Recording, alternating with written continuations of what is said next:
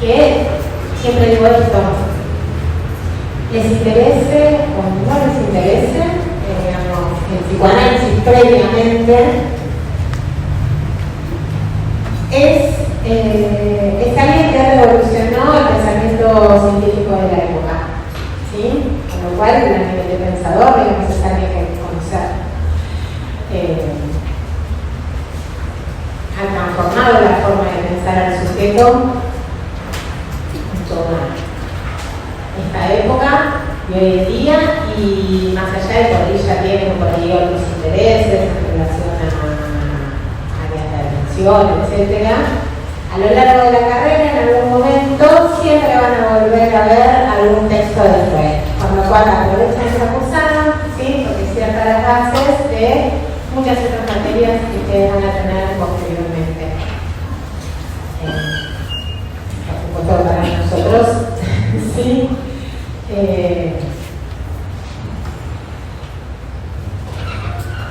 Y también lo que tiene que ver con la posición y en esto de la cátedra, ¿sí? Nuestro compromiso con la educación pública, y también la posición tiene que ver con la posición heredada en relación a la posición de Freud, que ahora vamos a hablar un poquito de eso, ¿sí? A lo largo de su obra, y vamos a ir viendo justamente, nosotros vamos a hacer un recorrido por toda la obra de Freud. Hay un primer momento que va a ser estos primeros momentos, que se llama un momento preanalítico,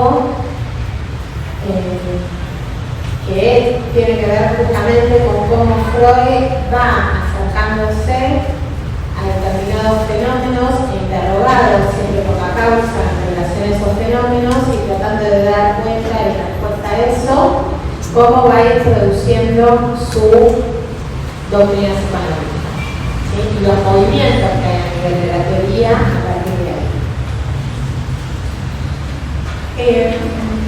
La materia, para muchos que recién ingresan, hay dos cuestiones que son centrales para poder comentarles. Una es el programa, ¿sí? Es fundamental el programa, ténganlo, léanlo, no hay ningún problema. El programa está ordenado, lo tienen para bajarlo en el campus, ¿sí?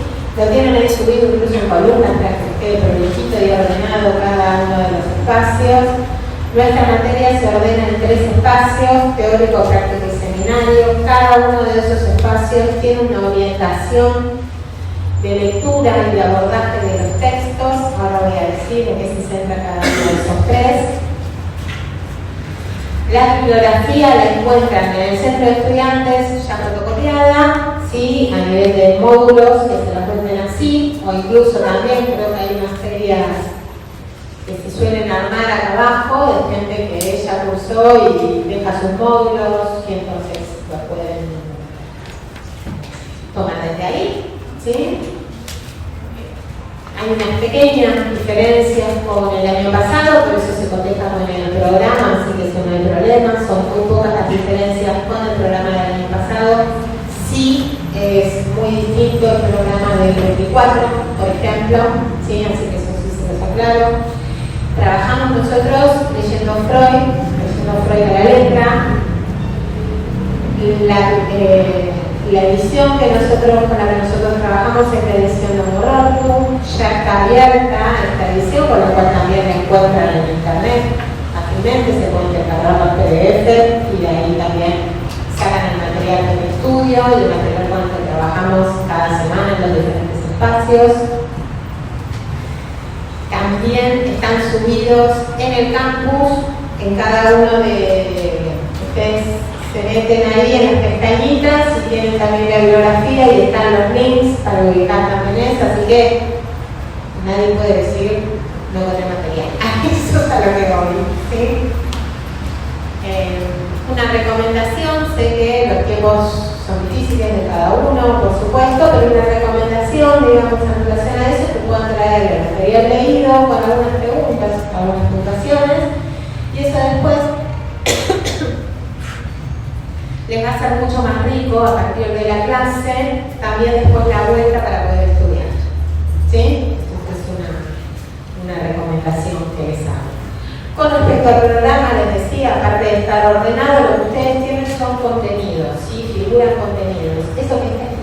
tiene no es aleatorio. ¿Qué es lo que significa? Los contenidos que figuran ahí dan cuenta de por qué elegimos ese material. Ese material que figura ahí con bibliografía obligatoria está orientado para poder dar cuenta de esos contenidos, ¿sí? Eso a ustedes también les sirve al momento de estudiar y al momento de leer el material como orientación para entrar al texto, ¿sí? ¿Se entendió eso? Lo que figura como bibliografía optativa no es bibliografía que se les tome en el parcial, ¿sí? Es una bibliografía que acompaña a esos contenidos y que los amplía. Me gustaría que todos estén interesados en leer la bibliografía optativa, pero bueno, lo harán cuando puedan y si tienen interés, pero efectivamente a eso se refiere esa distinción, ¿sí? No se toma en parcial bibliografía optativa, eso es la bibliografía obligatoria. La optativa acompaña, amplía, ¿sí? Relaciona cuestiones vinculadas a esos contenidos.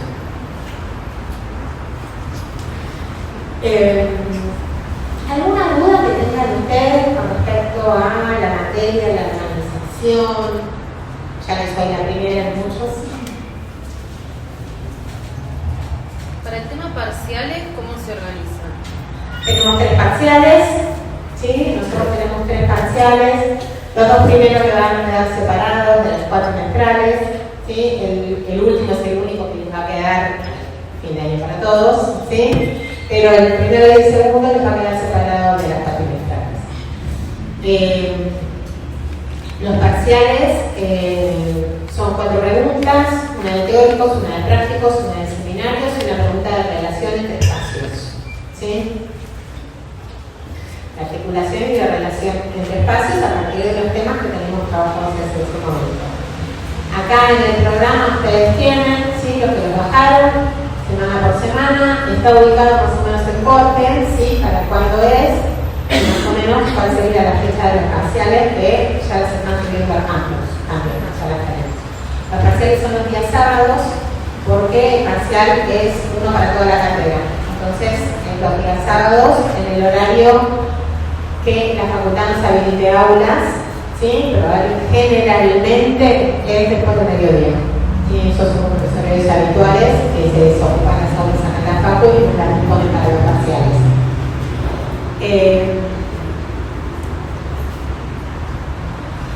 Se les suele mandar unas guías de lectura, ¿sí? Unas preguntas, unas guías que son como guías de lectura, de apoyo para ubicar lo central de cada de los textos y de los temas, por ejemplo. Tenemos también varios espacios de la cátedra optativos, además de la semana de repaso que tienen previo a los parciales en cada una de las instancias, teórico, práctico y seminario. Ustedes van a ver ahí en el programa que dice semana de repaso, es una semana de repaso en todos los espacios. Lo que nosotros tenemos también, les ofrecemos de forma optativa, ¿sí? Lo obligatorio son estos espacios, teórico, práctico y seminario. Después les voy a comentar algunas, que son muchas, actividades que tenemos nosotros, optativas, pensadas para ustedes, ¿sí? Nuestro compromiso con la educación pública tiene que ver efectivamente con tratar de aportarles los mayores elementos para que sea para una educación de una formación de calidad. En ese sentido hemos pensado como varias cuestiones dedicadas a ustedes para que los ayude a ustedes y los nutra de esta materia y más adelante también. Entre esas cuestiones, bueno, con respecto a los parciales, una semana antes, ¿sí? Implementamos el año pasado unos talleres optativos virtuales día sábado para que todos puedan tener la posibilidad de eso, que son como de articulación entre los 3 espacios de los contenidos vistos hasta el momento, ¿sí? O sea, los contenidos que entran para cada uno de los parciales. Eso a nivel de los parciales. Después también lo que tenemos, que esto lo hacemos una vez al año, al principio, antes del primer parcial, también optativo, es un taller de escritura. Es su taller de escritura académica, no es un taller de escritura literaria, ni nada de eso. Es un taller de escritura académica que tiene que ver con algo que hemos recogido hace varios años, que nos encontrábamos con que tal vez nos dábamos cuenta, cuando aparecieron los parciales, que la persona había estudiado, pero no había podido dar cuenta de lo que se le estaba preguntando verdaderamente. Entonces por ahí contestaba excelentemente cuestiones accesorias o adicionales, pero no lo que se le preguntaba, ¿sí? Entonces, ustedes saben que en un parcial nosotros no les evaluamos a ustedes, no evaluamos lo que estudiaron, evaluamos lo que está escrito, ¿sí? Eso es imparcial. Entonces, en ese sentido es muy importante para esta materia y para todas, no solo nosotros, sino todo, digamos, evaluamos lo que está escrito ahí. Nos encontramos con que veíamos recurrentemente con esa dificultad, entonces lo que armamos fue este taller de escritura académica, donde ahí lo que trabajamos también es como cierto marco esqueleto de lo que se espera de una respuesta a una consigna de un parcial. Ustedes saben, los parciales se aprueban con 4. Entre 4 y 10 tenemos un abanico enorme, ¿sí? Entonces, para justamente ayudarnos en esa cuestión, pensamos este taller. Trabajamos ahí las cuestiones que tienen que ver con la operación de lectura, con la operación de escritura, lo que es el marco de una respuesta que esté articulada y completa, para que les dé la posibilidad de subir puntaje a la hora de responder un parcial, ¿sí? Las consignas de escritura académica, qué significa, si se les pide conceptualizar, qué es lo que tiene que estar, si se les pide caracterizar, qué significa, qué es lo que sí o sí tiene que estar. Las diferentes consignas de escritura académica con las que se pueden encontrar en cualquier parcial, no solo en los nuestros, ¿sí? Una parte teórica y una parte práctica. Así está armado el taller optativo, ¿sí? Que en su momento les daremos anuncio en esta zona.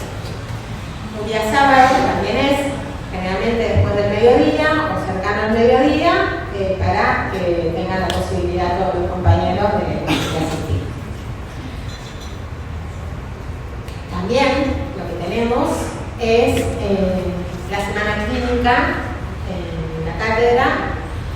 La semana clínica es aproximadamente, generalmente a mediados de septiembre, ¿sí? En la semana clínica, en los espacios de teóricos y de seminarios, un analista presenta un reporte clínico y hay otro analista que comenta el caso y lo articula teóricamente, ¿sí?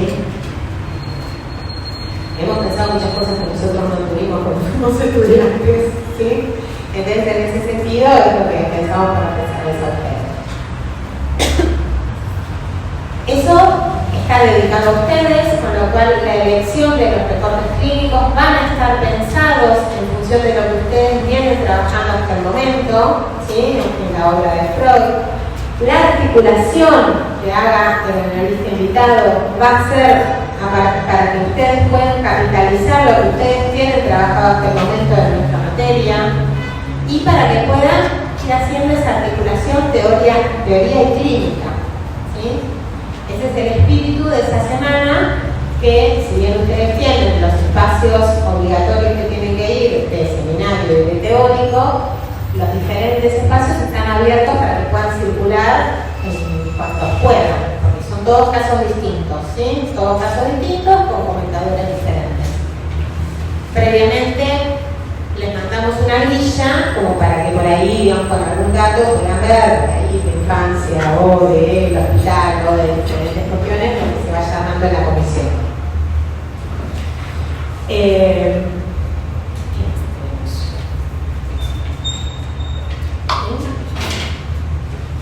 Este año también lo que tenemos son las jornadas de la cátedra de psicoanálisis Freud y la cátedra de construcción de los conceptos freudianos, que es una materia optativa, electiva, perdón. Esta es materia selectiva. Esta es una materia electiva que forma parte de la cátedra, ¿sí? La nombramos por el tercer cuatrimestre, donde se capitaliza todo lo trabajado en psicoanálisis Freud y se articula a la orientación lacaniana, desde la orientación lacaniana. Esa es con los conceptos centrales del psicoanálisis. Entonces las jornadas son unas jornadas de las dos cátedras, ¿sí? Las hacemos bianuales, este año nos tocan las jornadas, que también están pensadas para ustedes. En las jornadas, que no sé si saben, son como un encuentro del día, de 9 a 18 generalmente, donde hay diferentes tipos de espacios y diferentes tipos de presentaciones. Mesas redondas, por ahí a partir de un tema, donde diferentes profesionales de diferentes disciplinas conversan sobre eso. Siempre en general hay alguna articulación con alguna producción artística. También tenemos mesas simultáneas con presentaciones de casos. Tenemos también conferencias en relación a temas y cuestiones que son relevantes para ustedes. Todas las presentaciones están pensadas para ustedes, es decir, con los elementos que ustedes tienen trabajados hasta ese momento de la obra de ustedes, ¿sí? La idea es que ustedes puedan enriquecerse en relación a ese encuentro que tenemos. Ahí también hay presentaciones, generalmente a una mesa de nuestro dispositivo clínico. Nuestra cátedra tiene un dispositivo clínico en el hospital de clínicas, es decir, asistencia a personas en el hospital de clínicas. No sé si ustedes saben que hace unos años el hospital de clínicas es un hospital de escuela de la UBA, ¿sí? La facultad de psicología no estaba ahí y hace unos años, ¿cuánto? Bastante rápido, hace unos años ingresó a la facultad de psicología del hospital de clínicas. Tenemos un programa y algunas cátedras participamos de eso, cada una con un rasgo y con una modalidad, digamos, de lo que ofrecía. Por ejemplo, técnicas estables de diagnóstico, está la cátedra de neurología también, está la cátedra de adultos, está la cátedra de psicopato, estamos nosotros es para la atención clínica y cada uno con su rasgo.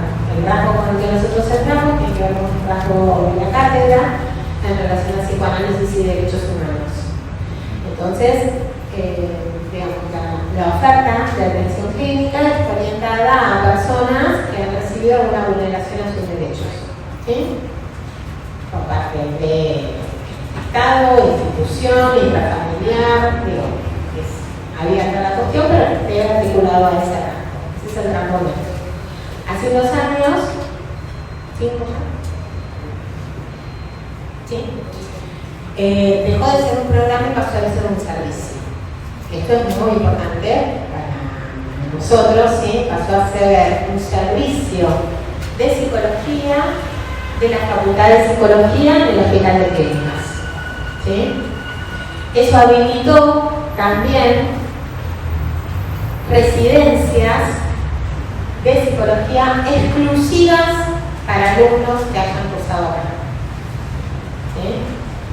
Además de las residencias y concurrencias del gobierno de la ciudad, que son abiertas a cualquier facultad, hay residencias que son exclusivas para alumnos de la UBA. Rinden el examen y son esos cupos que son exclusivos para alumnos de la UBA.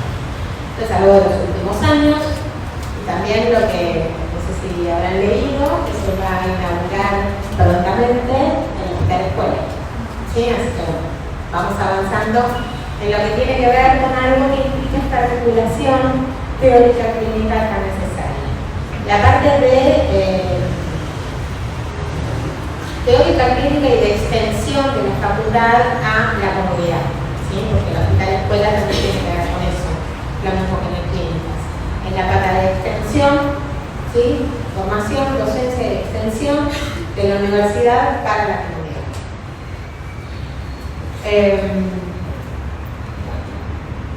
¿Vamos hasta ahí? ¿Alguna otra duda? ¿Quedó claro lo de los parciales? ¿Sí?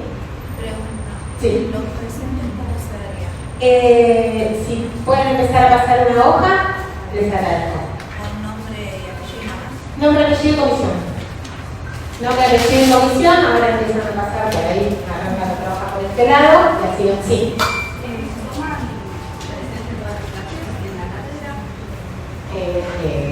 Sí. Sí, con la hoja. Sí. ¿Alguna duda, Fernanda? Sí. Son 3 parciales promocionables más un final. Son 3 parciales con promoción directa. ¿Qué es la promoción directa? 7 más de 7 en cada una de las instancias. ¿Sí? Si alguien se saca un 7, pero después se saca un 6, va a dar final. Sí, esto es importante, a ver, que sea con promoción directa 7 más de 7 en cada uno de los parciales, ¿sí? No implica que no importe porque nota uno va al final. Porque la nota final de la materia se compone por la nota final de la cursada, que sí es un promedio de los 3 parciales, más el examen final que uno da en ese momento. Ejemplo, uno viene con un 6 de la cursada. En el examen final oral que da en ese momento se saca un 8, la materia le queda con 7. ¿Sí? Así se compone. El promedio de la carrera es de las notas finales que han quedado en cada una de la materia. Si uno promociona los 3 parciales, no necesita ir al final. No. 7 más de 7 en cada una de las instancias es promoción sin examen final. ¿Sí? Así es que nuestra materia y la gran mayoría de las materias de la Facu tienen ese régimen. ¿Finales escrito o oral? Oral. Sí, los finales son orales. Siempre. Sí.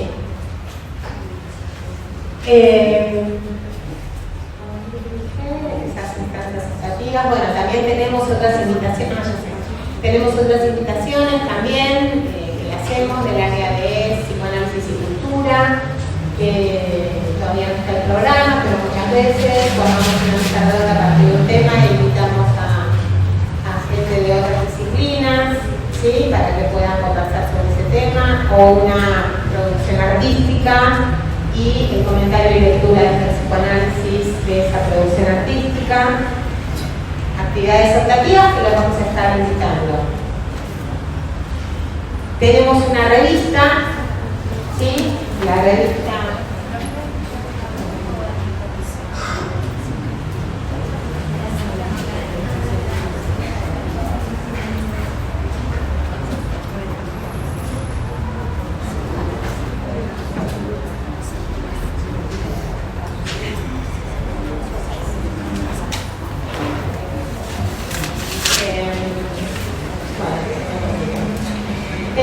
revista de la cátedra Traumatismo Freud.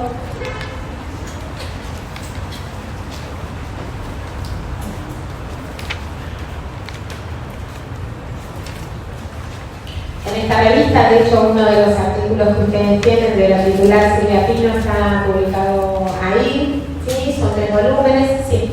Este es el único archivo que no se puede descargar del campus. Yo traté de buscarlo en la página, pero no le encontré la vuelta para encontrar ese artículo en particular. Ok, sí, me dijeron eso más temprano, así que se lo transmito a la gente del campus, ¿sí? Nosotros tenemos 3, el año pasado presentamos el 3er volumen, ¿sí? Satisfacciones, con sexualidades, lazos y satisfacciones, son los 3 volúmenes.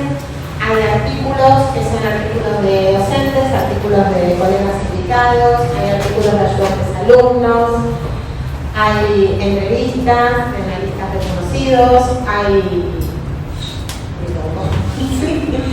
es para que ustedes lo usen, está pensado para ustedes también en relación a la articulación directa con Freud, está pensado para ustedes, para que entren, para que lo revisen. Es más, en el último volumen de Traumatismo Freud está una de las últimas entrevistas que dio Freud en vida, que se llama El valor de la vida, ya cercano a su muerte, ya en Londres, o sea, exiliado. La verdad es una joya.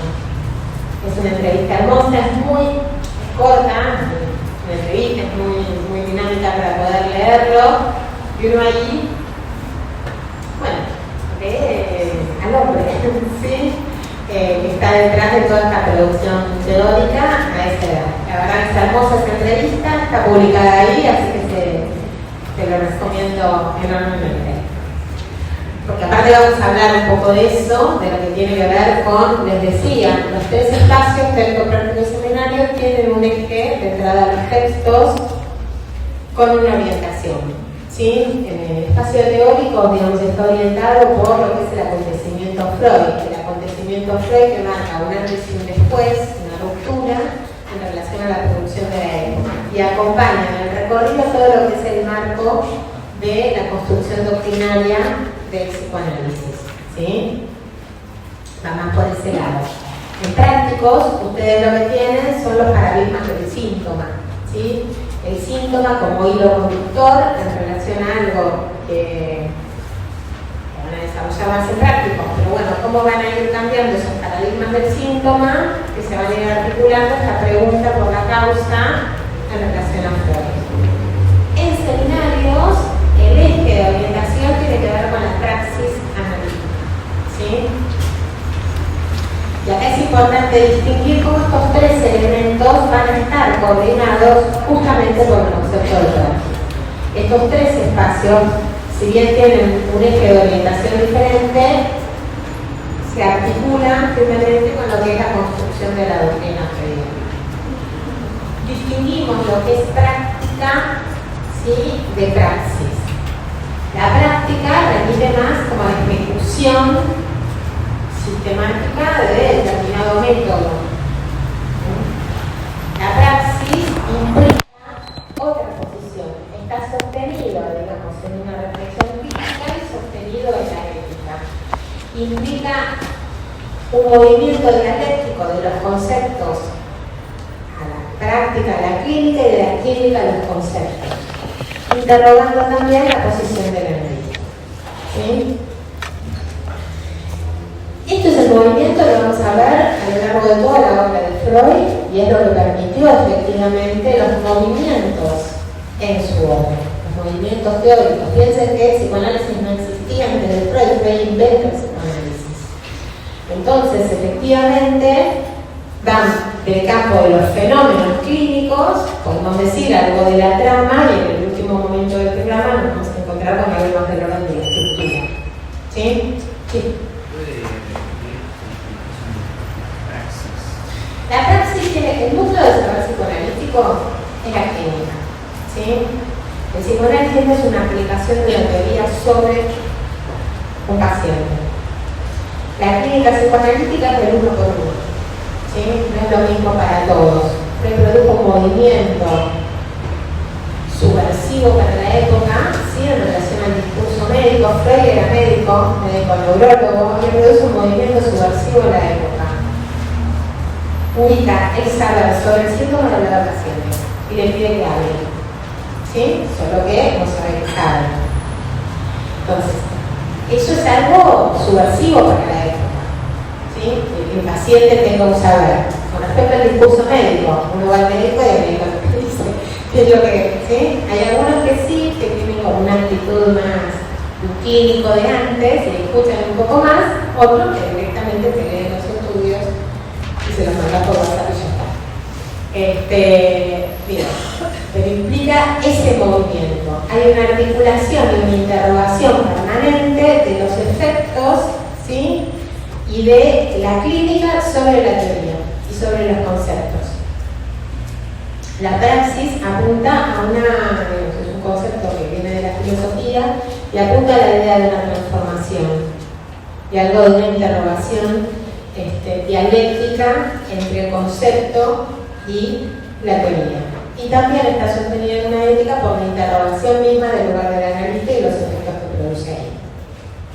Vamos a ver que estos tres elementos están todo el tiempo presentes y son los que dan lugar a los movimientos en la teoría freudiana. Y algo que ustedes también van a encontrar a nivel de los paradigmas del síntoma, que se pone en esa ética. Esta es la causa del síntoma. Freud era científico, ¿sí? Para Freud la ciencia tiene que dar cuenta de los fenómenos.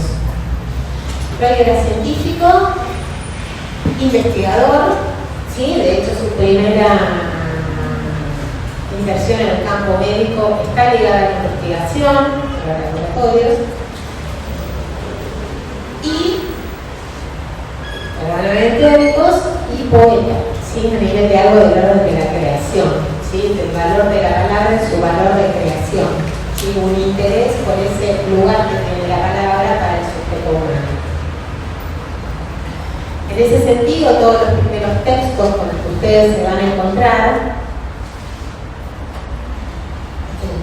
no mencioné acá los diferentes tipos de texto, ¿no?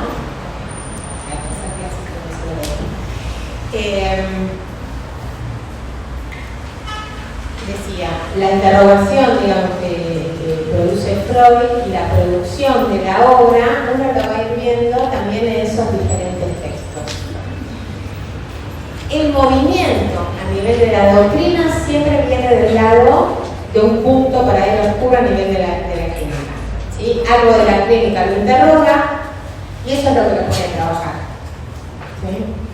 Esa es la posición que tiene que ver con ese deseo decidido de Freud, donde, por ejemplo, ustedes lo van a ver en la conferencia 16 que tienen en prácticos, ahí también aparece algo de la posición de Freud, también lo vamos a ver acá. Un nivel de honestidad intelectual pocas veces visto, ¿sí? ¿Qué quiero decir con esto? Él pone directamente en sus textos, ¿sí? Yo venía planteando tal cosa, pero a partir de los hallazgos en la clínica ya no puedo seguir sosteniendo eso. Y lo dice abiertamente, ¿sí? Sabiendo también las consecuencias que puede tener eso. Más en los primeros momentos, les decía, Freud era médico y lo que aspiraba era un reconocimiento de parte de la comunidad científica de sus hallazgos. Él realmente tenía esa aspiración. Pero no estaba dispuesto, ¿sí? a renunciar a su apetito de saber, como dice él, ¿sí? En función de los hallazgos que fuera encontrando, aunque sabiendo el costo que eso podía tener, ¿sí? Y ese costo fue muy alto en un principio, ¿sí? Mucho rechazo de la comunidad científica por las cosas que él iba descubriendo en la clínica. Y digo descubriendo porque hay una posición de Freud de dejarse sorprender por la clínica. Tiene que ver un poco esto con la praxis, ¿sí? No es que la teoría va sobre la clínica, sino que la clínica interroga la teoría. Y eso también hoy en día, ¿sí? Por eso el psicoanálisis está vivo, no está muerta, está viva, porque esa tiene que ver con la posición del psicoanalista. Hay algo de dejarse interrogar y de dejarse sorprender. Piensen en ese movimiento que hace Freud en explicar ahí el saber sobre el sentido de ese síntoma en el paciente, aunque sea un saber no sabido por él, ¿sí? Por supuesto, hay coordenadas que tienen que ver con lo que uno sabe en relación al funcionamiento del aparato psíquico, ¿sí?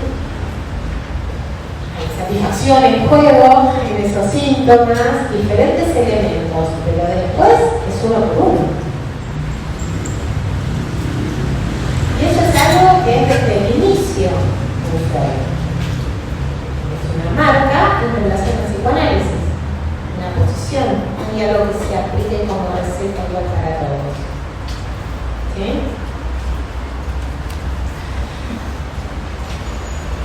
En los fragmentitos que tenemos hoy, ¿sí? Vamos a ver como ciertas pinceladas un poco de lo que tiene que ver con esta posición de Freud con respecto a diferentes elementos, ¿sí? De ahí lo que él llama también lo que es la formación del analista.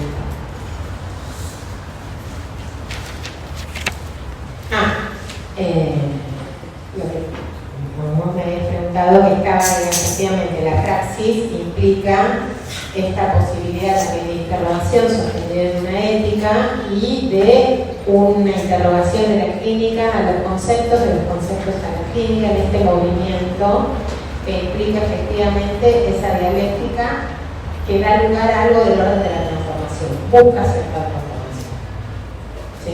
Esa interrogación pasa solo entre la clínica y los conceptos, no entre el analista y el...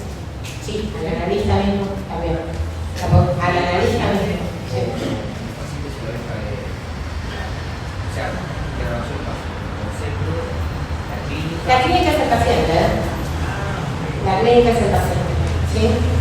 La clínica es el paciente y sobre el analista, yo ahora digo analista, pero en todos los primeros textos ustedes van a encontrar que Freud habla del médico, ¿sí? Que efectivamente, analistas o psicoanalistas, es una construcción, es una invención de Freud, ¿sí? Es algo inédito. No existía antes de que existiese psicoanálisis, en definitiva. ¿Sí? Entonces, por eso primero Freud va a hablar de médicos.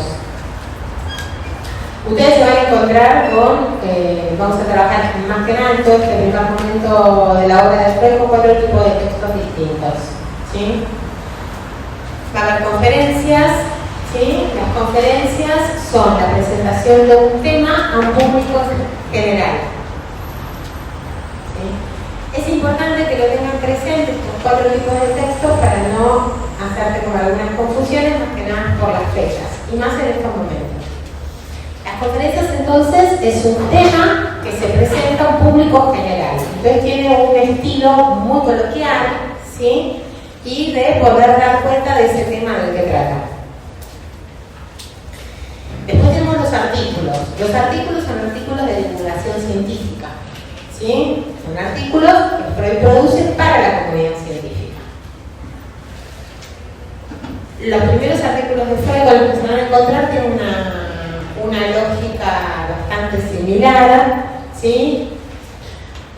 Que muestran el Freud investigador y el Freud que está tratando de dar cuenta y de ingresar en la comunidad científica. Entonces él los presenta como una tesis, ¿sí? La relevancia del problema, que lo que va a tratar, el estado del arte, es decir, lo que se ha construido hasta ese momento en relación a eso, la innovación que presenta, ¿sí? Sostenida siempre en un fundamento clínico. Esto es más o menos el ordenamiento de los primeros textos de Freud. También tienen argumentaciones, contraargumentaciones, porque justamente está en ese momento. Digo para que no se pierdan cuando lo lean. Entonces él dice, me podrán decir que esta cosa, ¿sí? Son refutaciones a las cuales se contesta en el mismo texto. Hay la estructura que tienen los primeros textos. Después lo que tenemos son los manuscritos, que como la palabra misma lo indica, ¿sí? Son como los borradores de esos textos, de esos artículos que se dan en divulgación científica. ¿Por qué tomamos los manuscritos? Porque los manuscritos, más en este primer momento, después ya no, pero en este primer momento están muy presentes, porque ahí hay ciertos fenómenos que Freud releva, ciertas intuiciones que efectivamente él consigna, pero que no pasan a los artículos porque le falta la articulación y el soporte teórico para presentarlos, ¿sí? Entonces son anticipaciones. Esto nos muestra, en lo que el trabajo que vamos a hacer este año, lo que nos muestra que las cosas no salen de la nada, ¿sí? Sino que había algo de eso que no terminaba de dar cuenta, que es lo que a Freud lo pone a trabajar para tratar de dar cuenta de ese fenómeno. Eso de alguna forma es lo que da cuenta de la praxis. Exactamente, ¿sí? El otro tipo de texto, que es lo que vamos a trabajar, unos fragmentos hoy, son las cartas, ¿sí?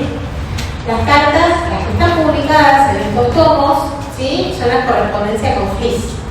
Después Freud tenía un texto con las correspondencias, entonces ustedes encontrarán en bibliotecas correspondencias, cartas amorosas a su esposa, correspondencias con sus hijos, con colegas, con discípulos, con gente de otra disciplina. Digo, tenía un gusto por las cartas. Y aparte tenía una escritura muy poética, verdaderamente. Hay una particularidad con estas cartas, que son las cartas de Fliss, y la correspondencia con Fliss. Lo que está publicado acá son las cartas de Freud a Fliss, no de Fliss a Freud, sino lo que Fliss le responde.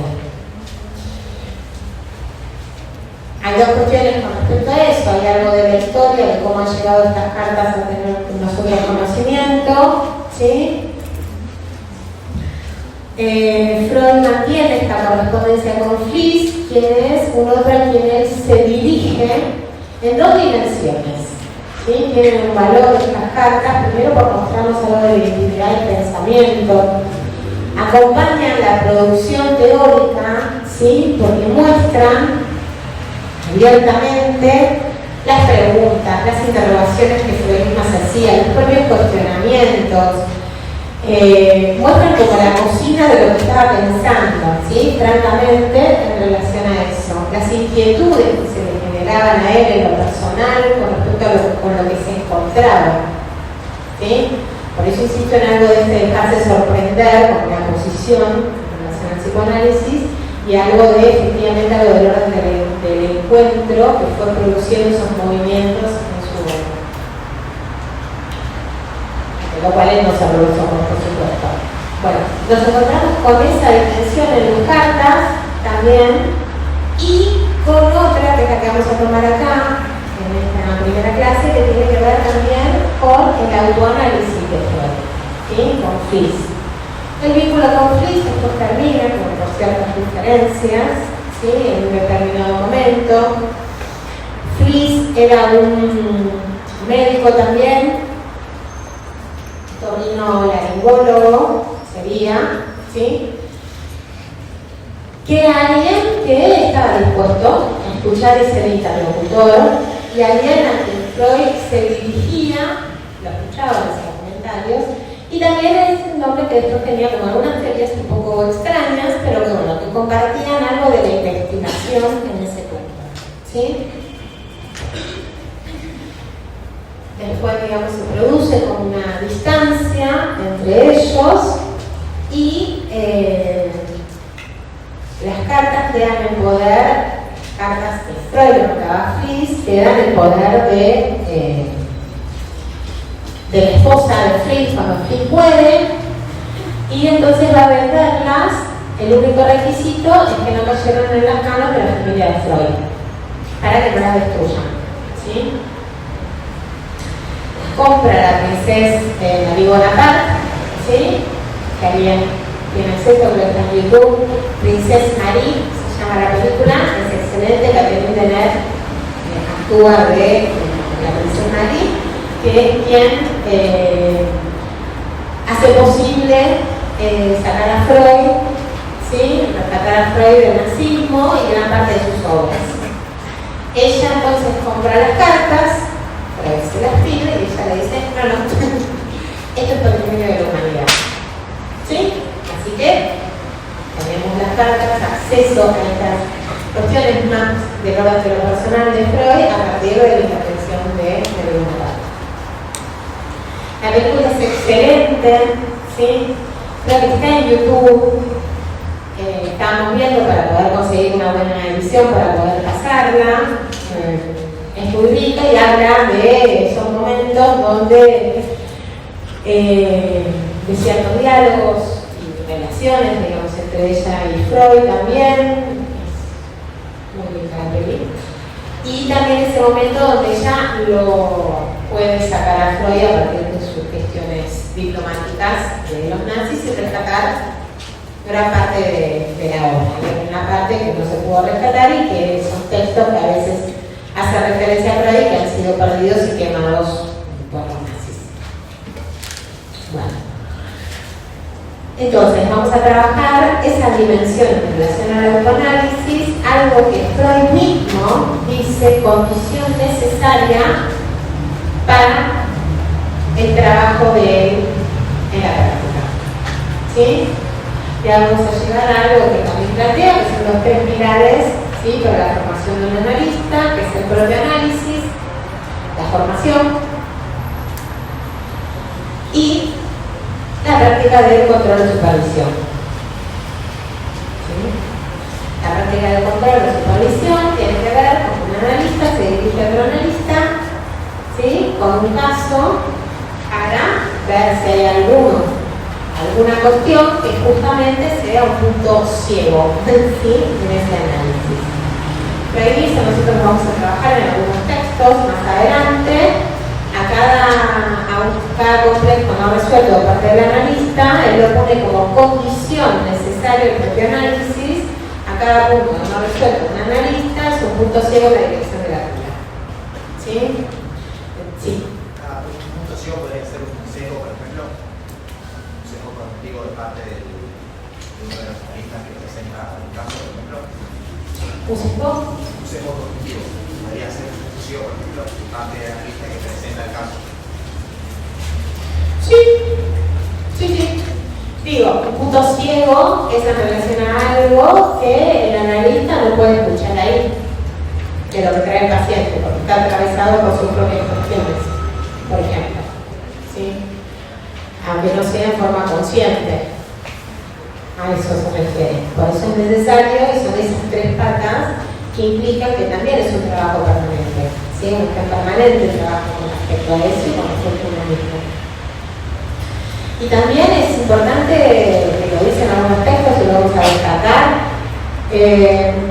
a ver, Freud descubre el valor de la palabra.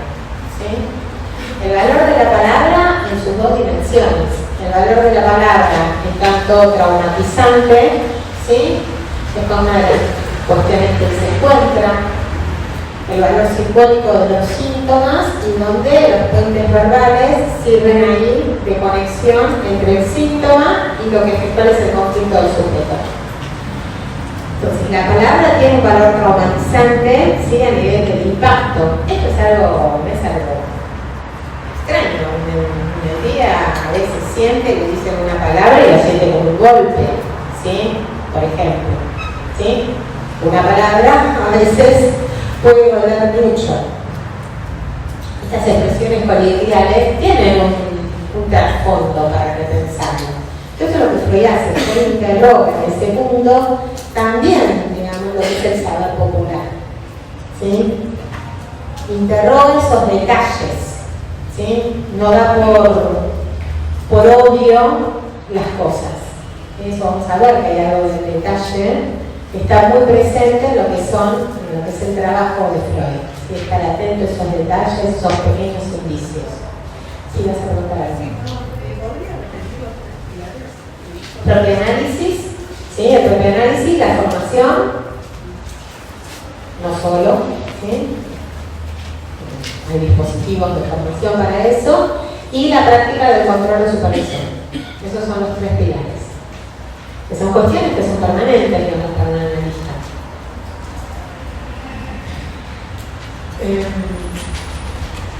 Está con otra cosa, ¿no? El valor de la palabra. La palabra tiene un valor de afectación, ¿sí? Y tiene un valor de ensalmo. Por eso hablaba de la cognición. A ver, a veces una palabra nos reconforta. No cambia nada de la realidad, solo fue esa palabra, ¿sí?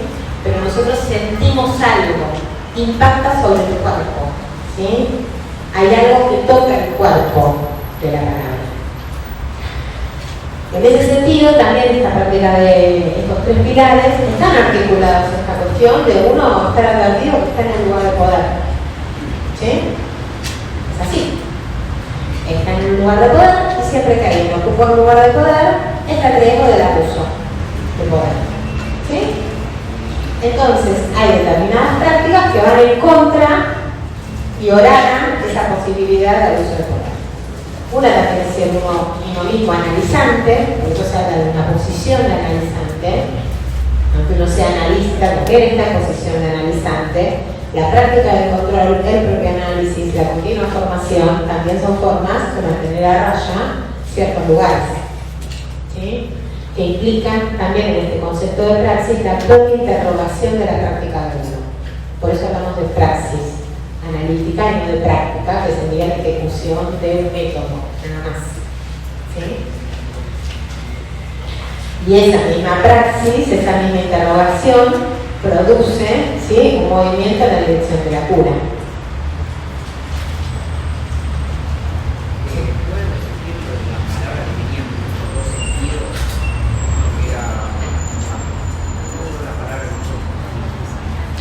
La palabra, un valor traumatizante, ¿sí? Y un valor de ensalmo, dice Freud, en relación a ese valor reconfortante que también tiene. Ensalmo, ¿sí? Como ensalmo, lo utiliza así. Después vamos a trabajar algo de tratamiento psíquico y tratamiento del alma. hay como varias frases de Freud con respecto a la palabra que es muy interesante, ¿sí? El lugar de la palabra para el sujeto humano. Freud toma una frase de un inglés que dice: primero que le das un insulto en lugar de una piedra fue el creador de la civilización. Bien, en relación a la palabra como sustituto de la acción, ¿sí? Y cómo eso efectivamente produce un efecto. Y ese efecto tiene que ver también con esto que Freud se encontró en un inicio, ¿sí? Que está en las primeras partes de este texto que nosotros tenemos, que son unas paginitas para ustedes de la presentación autobiográfica. La presentación autobiográfica es un texto del 25 que Freud, hay uno similar, ¿no? Porque él hace como una descripción en relación a lo que fue el movimiento, la construcción teórica, ¿sí? De la doctrina freudiana. Hay un texto anterior que se llama Contribuciones al movimiento psicoanalítico, que toma esos puntos, pero este es distinto. Este tiene una implicancia más personal, ¿sí? Él habla un poco más en esta del 25 de su persona y cuáles eran los conflictos que a él se le presentaban. Entonces, aparte de las impresiones que él ha ido teniendo a medida que se encontraba con diferentes hallazgos. Hay una que me parece como muy linda, me parece que es algo que marca la posición de Freud desde el inicio. Eso no lo tienen ustedes, pero es breve si los leo. Él hablando de cuando era chiquito, que empezó en el colegio y todo eso. Visitó primero de la clase, bueno, durante 7 años. Aunque vivíamos en condiciones muy modestas, mi padre me exhortó a guiarme exclusivamente por mis inclinaciones en la elección de la carrera. En aquellos años no había sentido una particular preferencia por la posición y la actividad del médico. Por lo demás, tampoco la sentí más tarde. Más bien me movía una suerte de apetito de saber, pero dirigido más a la condición humana que a los objetos naturales. ¿Sí? Freud va diciendo en relación a lo que fue su formación, si bien fue, digamos,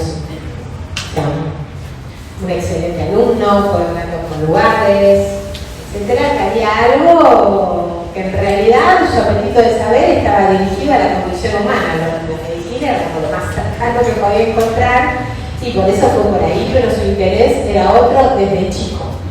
¿Sí? Por eso me parece interesante cómo el mismo se describe de niño como apetito de saber. ¿Sí?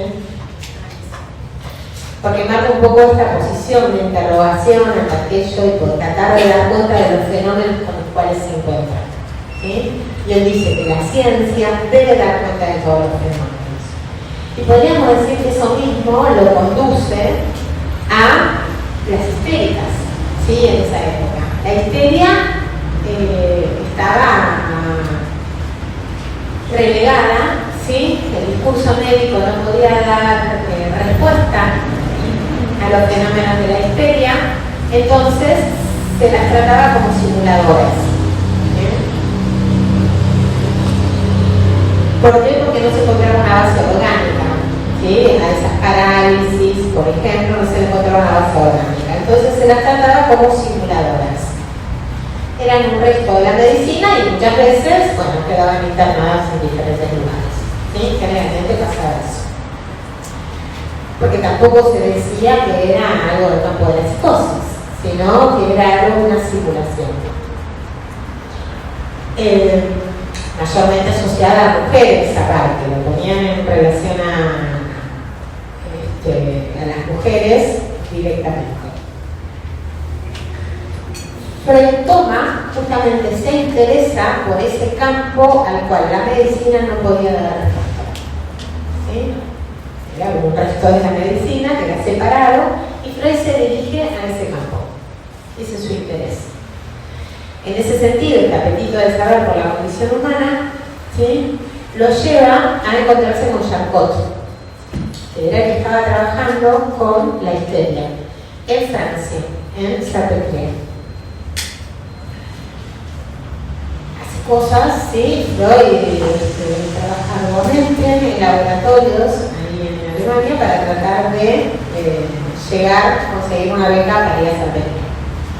Cuando llega allá, salosamente, pues no era como uno más que estaba. Faltaba el traductor del alemán, el traductor del francés al alemán, ¿sí? No había vuelto, que se había ido por una guerra, entonces no había vuelto. Freud se ofrece a Charcot a traducir del francés al alemán. Y eso le permite entrar en el círculo más íntimo de los trabajos de Charcot. Pero lo que dice es la impresión y la marca que fue en su vida el encuentro con Charcot.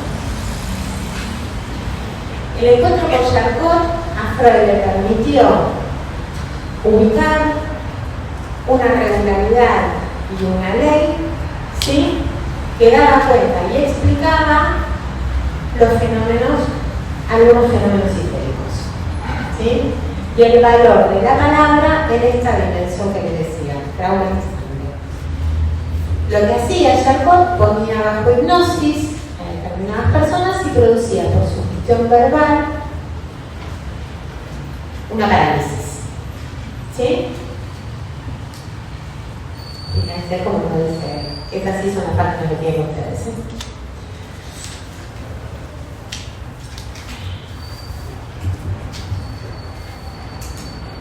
Página 12.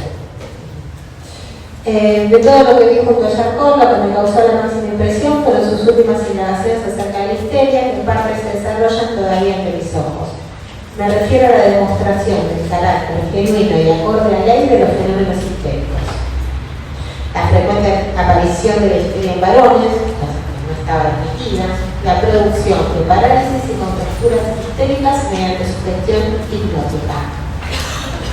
Y hay una frase que dice Charcot ante las cuestiones que se le presentaban ahí, las objeciones, digamos, a ese efecto que él producía, que Freud la toma en diferentes momentos y la frase es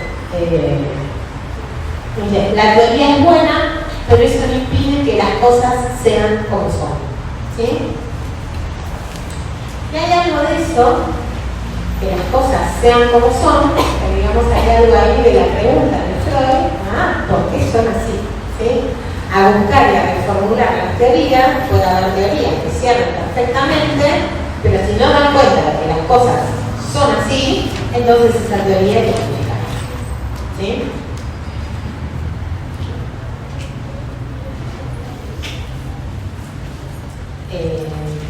Y a partir de ahí el texto que ustedes van a ver, después de su encuentro con Charcot, es lo que produce, porque empieza a tener por esas experiencias de lo que él ve, del valor de la palabra y de la sugestión verbal que impacta en el cuerpo, él lo que empieza a ubicar es que hay algo, hace un trabajo que se llama, mira, es un estudio comparativo entre parálisis histéricas y parálisis motrices, que ustedes lo tienen para teóricos, y donde ahí él va a presentar efectivamente su tesis, la fundamentación, donde empieza a distinguir organismos del cuerpo. Lo que queda afectada en la histeria no responde a la anatomía del sistema nervioso, pero sí responde a la idea que uno tiene del cuerpo, ¿sí? Nosotros no tenemos conciencia que si tenemos afectado acá por una conexión de los nervios, de no sé qué, tenemos que tener afectado otra cosa, ¿sí? Nosotros no sabemos, digamos, esas cosas. En la histeria lo que Freud encuentra con regularidad es que lo que está afectado tiene que ver con esa idea vulgar del cuerpo, ¿sí? Con la representación del cuerpo. ¿Empieza a detectar distinción de cuerpo? No. Con el organismo. Que esa es una de las cuestiones centrales que vamos a distinguir y que también uno puede pensar cómo hoy en día todavía hay como cierta resistencia en dividir el organismo del cuerpo. ¿Sí? En algunos discursos uno se encuentra con eso. Uno tiene un cuerpo, además tiene un organismo, uno tiene un cuerpo. Formas de alimentación dan cuenta de eso, ¿sí? Los fenómenos de la psicosis dan cuenta de eso. muchas más cosas que no estoy viendo. Sí. Sería si Krausman somatizado o pega la idea subjetiva del cuerpo o el Krausman era solamente. No, el fenómeno. Pero lo que encuentra es que el fenómeno, por ejemplo, la parálisis en el brazo, es en el brazo. ¿Sí? En la idea vulgar de brazo, que tenemos todos, que es brazo desde acá para abajo. ¿Sí? No responde a la anatomía nerviosa. Por eso decían que era simuladora, porque se encuentra ahí que hay un determinismo, ¿sí? Que hay algo tras ese síntoma simboliza otra cosa, una afección a nivel psíquico, y está vinculado a algún trauma psíquico.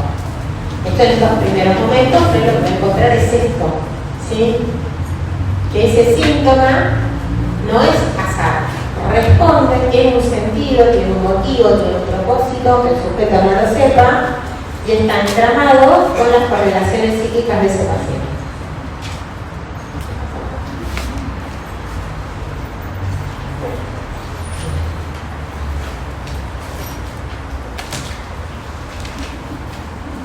A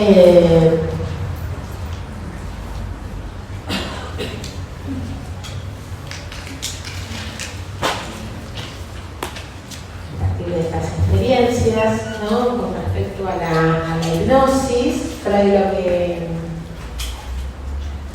con lo que se encuentra, dice él, recogía más fuertes intenciones acerca de la posibilidad de que existieran unos potentes procesos anímicos que empero permanecerían ocultos para la conciencia del ser humano.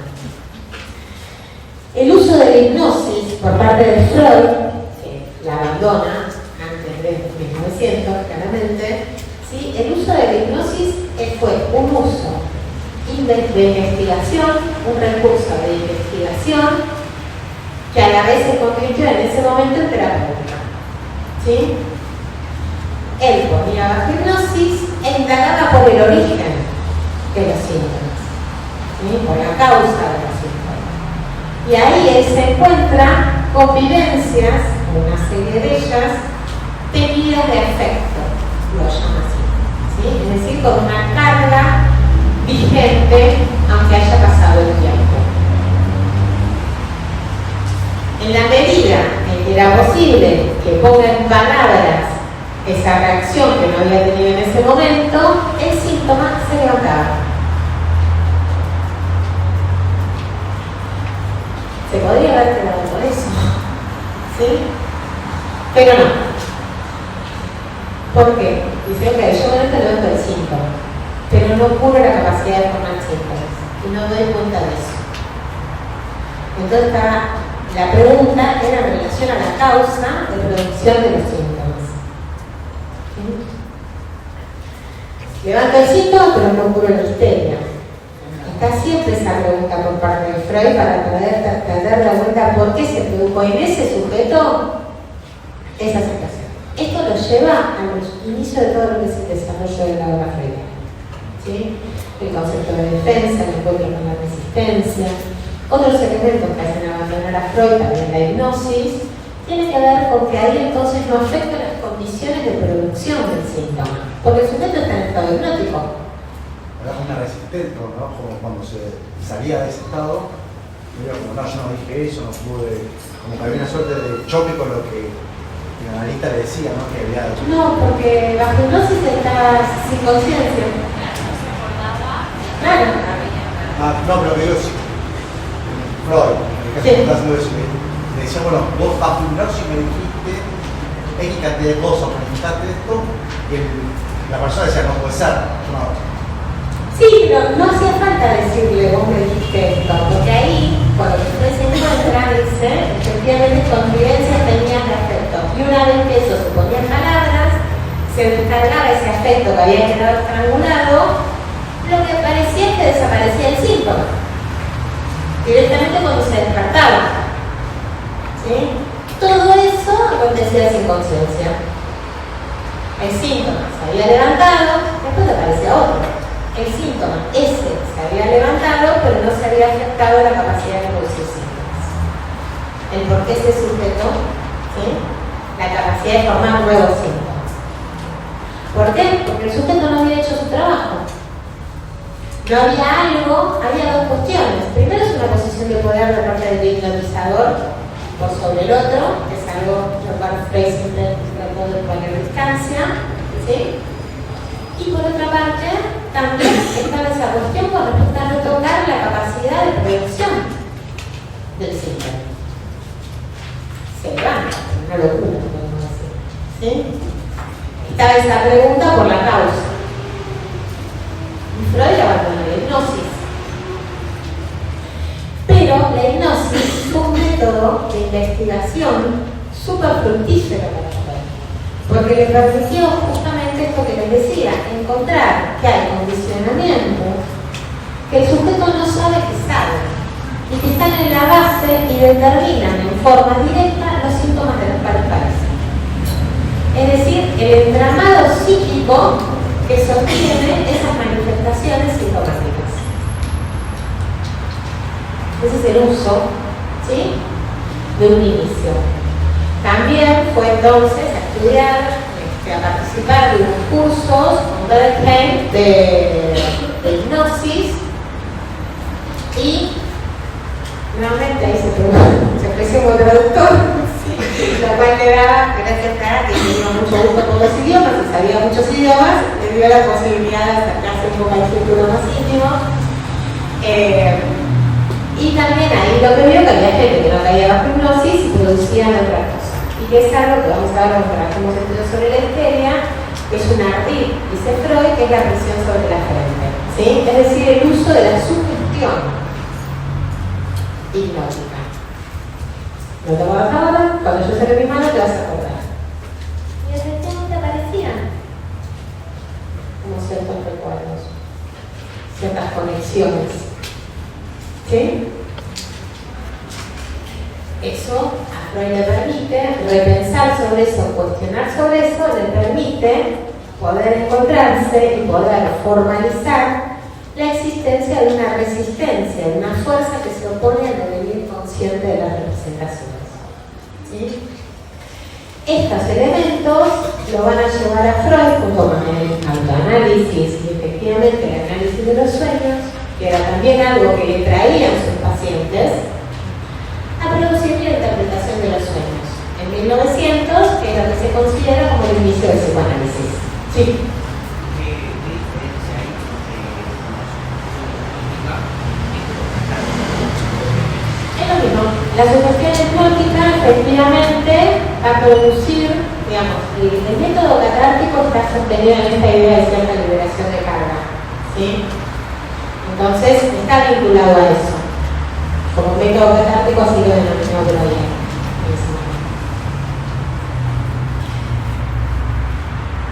Bueno, esos son los movimientos, ese encuentro a partir de ese esforzar, ese impulsar que debería ser, lo hace Freud, que, atento a esos detalles, ubique ese fenómeno de la resistencia, es decir, de algo que se opone al devenir consciente y que se articula con aquello que Freud denomina la defensa, que tiene que ver con aquello que respondió ante algo que fue un conflicto.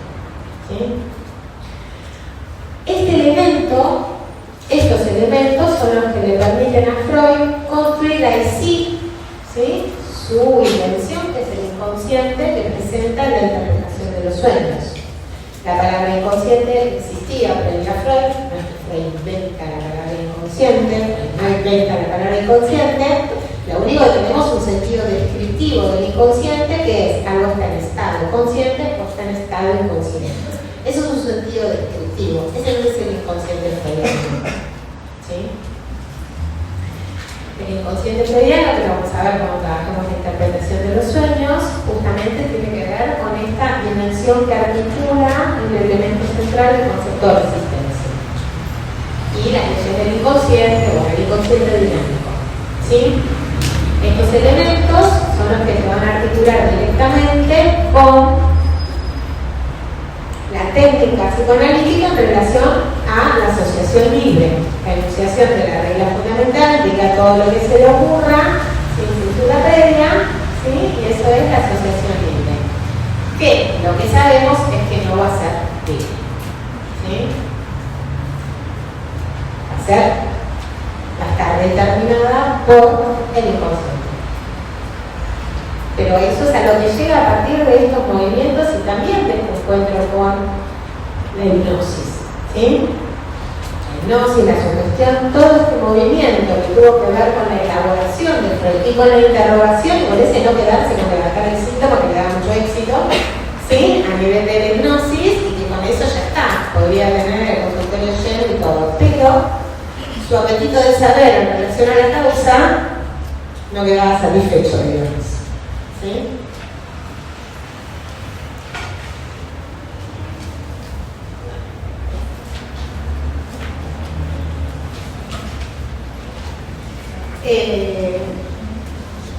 Después de los legos, al hacer el psicoanálisis, diálogos con un juez imparcial, es un artículo del 1926, ustedes tienen unos partes para situar esta diferencia que tiene que ver con la formación del analista, los tres pilares que diferencian. Es un escrito que Freud hace, diálogo con un juez imparcial, porque aparece todo el tiempo alguien interrogando y cuestionando las cosas. Es una respuesta a un juicio que le habían hecho a Theodor Reik, ¿sí? Que era un discípulo de Freud, que no era médico y lo habían acusado en un tribunal de curanderismo, por atender pacientes sin ser médico.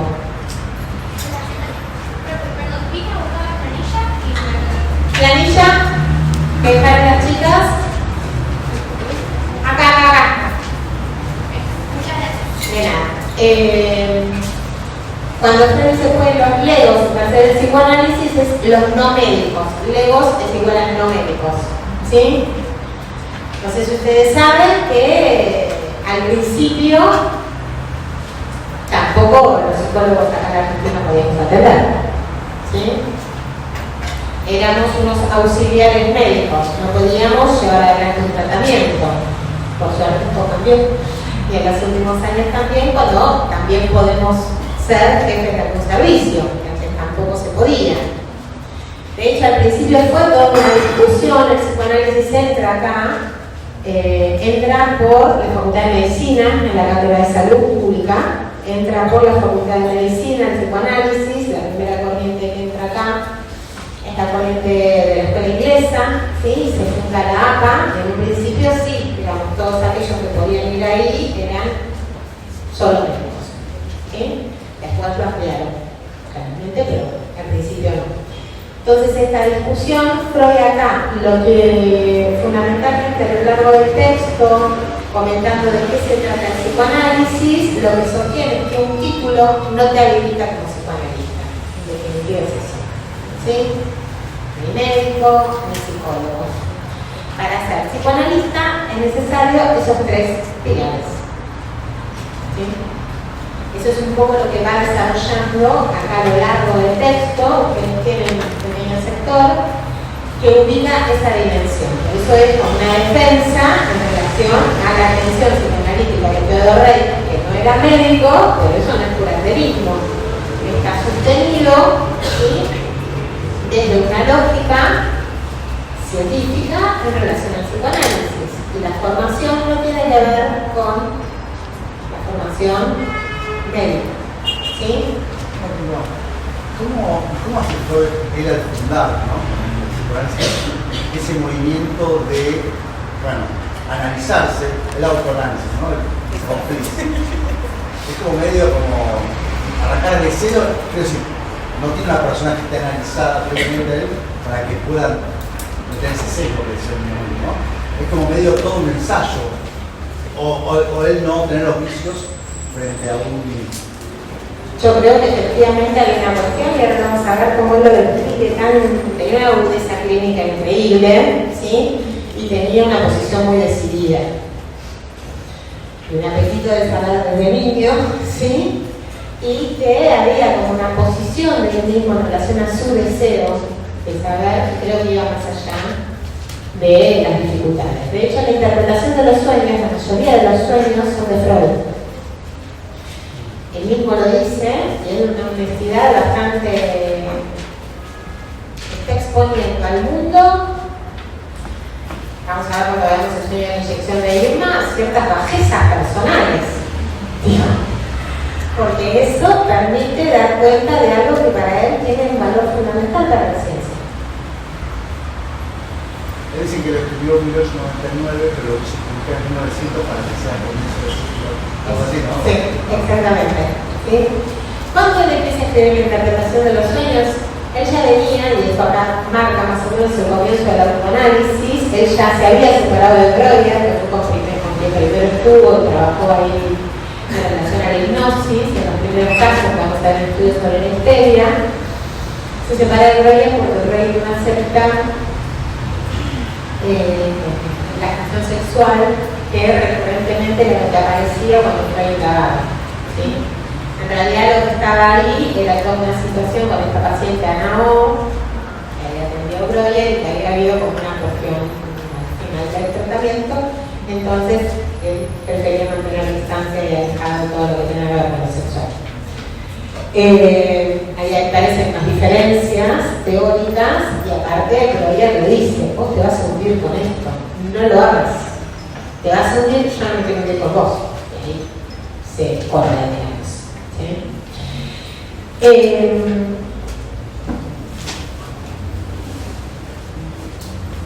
La interpretación de los sueños, él empieza a trabajar con eso a partir de sus propios sueños y también interrogando por qué le traen sueños sus pacientes. ¿Sí? Cuando él pide, como algo de recuerdos, aparecen sueños. Empieza a prestar atención en relación a eso y los sueños que él también marca como el inicio. Él dice en un momento que la interpretación de los sueños es fruto del trabajo a partir del empleo de su padre. ¿Sí? De hecho, acá en una de las cartas, lo podría decir que comienza el autoanálisis de Freud a partir de la muerte de su padre y que le cuenta uno de los primeros sueños que tiene que ver con eso a Fritz.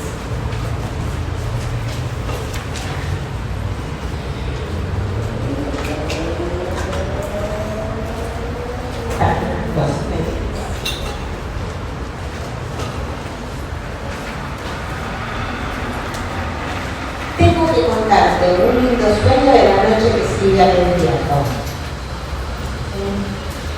Hay en todas las cartas, a partir de acá, algo donde primero venía como muy centrado en la elaboración como más teórica y empieza a aparecer algo más personal de contarle sus trabajos en relación a su propio análisis. Él dice, el análisis es condición para él. Por supuesto, la verdad no tenía confianza, pero este era su interlocutor, lo puso en ese lugar. Le dio ese lugar a Fritz. ¿Sí? Esto es importante para después pensar lo que tiene que ver con el fenómeno de la transferencia, en donde Freud va a conceptualizar como uno de los pilares centrales en lo que es la dirección de la cura. De defensa y de resistencia. ¿Qué diferencia hay? Freud lo que plantea, lo vamos a ver como lo conceptualiza en este primer momento. La resistencia va a ser un concepto central y la defensa también al final de la obra de Freud, pero en este momento la defensa es ante algo inconciliable para el sujeto. ¿Sí? La resistencia es la misma fuerza que se opone al devenir consciente de eso. ¿Sí? Freud lo plantea así, de esa relación. Dice, es una fuerza que se opone al devenir consciente de eso que el sujeto no quiere saber. Vamos a la 74, donde ahí vemos lo de la noción de resistencia de parte de Freud mismo, como él mismo lo describe.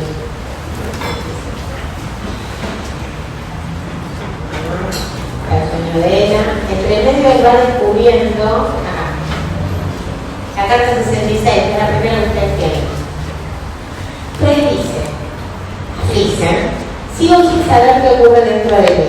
Algo desde lo más hondas profundidades de mi propia neurosis se ha contrapuesto a todo progreso y entendimiento de la neurosis. Y tú has estado envuelto en ello de algún modo. En efecto, la parálisis de escritura me parece que está destinada a inhibir nuestro trato. No poseo ninguna garantía sobre ello. sentimientos de naturaleza en extremo oscura. ¿No se te ocurrirá a ti algo semejante? Desde hace algunos días, me parece, se prepara la emergencia de esta oscuridad. Noto que entre tanto he hecho en el trabajo toda clase de progresos. Además, aquí y allí se me vuelven a ocurrir cosas. Ubica el lugar fundamental que tiene el sueño y después viene, que ustedes la tienen, la carta 69. La carta 69 es una carta muy relevante, ¿sí? Es lo que venía encontrando hasta el momento.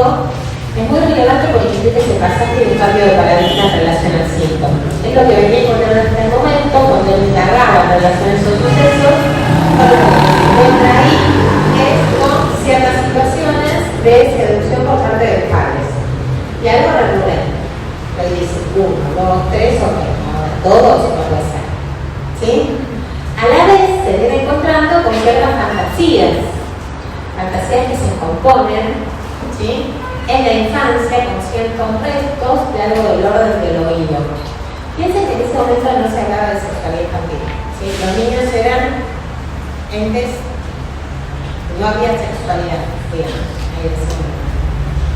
Entonces Freud va haciendo como hay varios hallazgos en esta carta que marcan ese pasaje.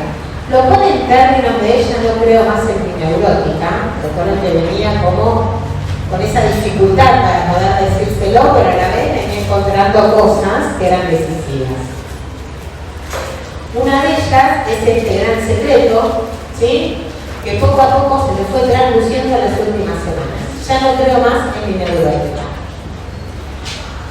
Y presenta los motivos de su descreimiento. A veces no cree más en lo que le dicen las asistentas, no cree más en su teoría del trauma como acontecimiento, ¿sí?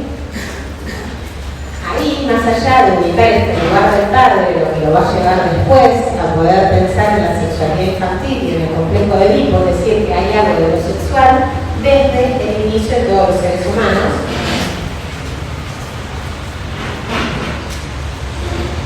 La intelección cierta de que en lo inconsciente no existe un signo de realidad, de suerte que no se puede distinguir la verdad de la ficción investida de afecto. Este es un punto central porque da lugar a la conceptualización del lugar que tiene la fantasía y la realidad psíquica como lo decisivo para cada sujeto, y no la realidad material. Dos personas pueden estar frente al mismo exacto suceso y sin embargo impactables de otra forma. ¿Por qué? Porque es una resonancia con coordenadas diferentes de cada uno.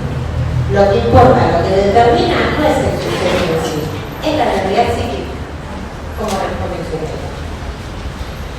La otra cuestión, y con esto terminamos, que me parece muy importante, piensen que él venía sosteniendo hace 4 años que se trataba de un trauma acontecido, ¿sí? Él plantear esto, que lo va a dar a publicidad en un artículo de 1905, recién, ¿sí?, lo tenemos acá como una anticipación. Freud dice de eso mismo, de esta doble renuncia, ¿sí?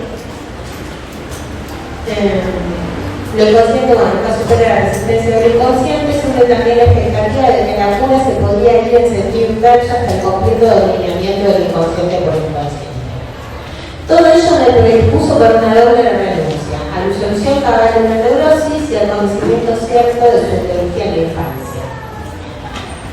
Ahora bien, dice, si yo estuviera desazonado, confuso, desfalleciente, dudas así podrían interpretarse como fenómenos de cansancio. Pero como me parece lo opuesto, tengo que admitirlas como el resultado de un trabajo intelectual honesto y vigoroso. Y enorgullecerme por ser capaz de una crítica así, luego de semejante profundización. ¿Y si estas dudas no fueran sino un episodio en el progreso hacia un conocimiento interior? Cosa notable es también que falta todo sentimiento de bochorno para el cual podría haber opción. Esto lo había sostenido 4 años, no era así. Sin duda no lo contaré ni lo hablaré en la calle de Escalón, o sea, la comunidad científica, en la tierra, pero ante ti y ante mí mismo tengo que dar más el sentimiento de un triunfo que el de una derrota. Algo de este deseo de saber, este apetito de saber, y la posición de Freud con respecto a eso tire por tierra todo lo que él había construido en ese momento. Este autoanálisis es lo que da el puntapié para justamente ubicar esta dimensión del estatuto de la fantasía y la realidad psíquica, y también para el descubrimiento de la sexualidad infantil y del completo. Hola, nos vemos entonces en 15 días.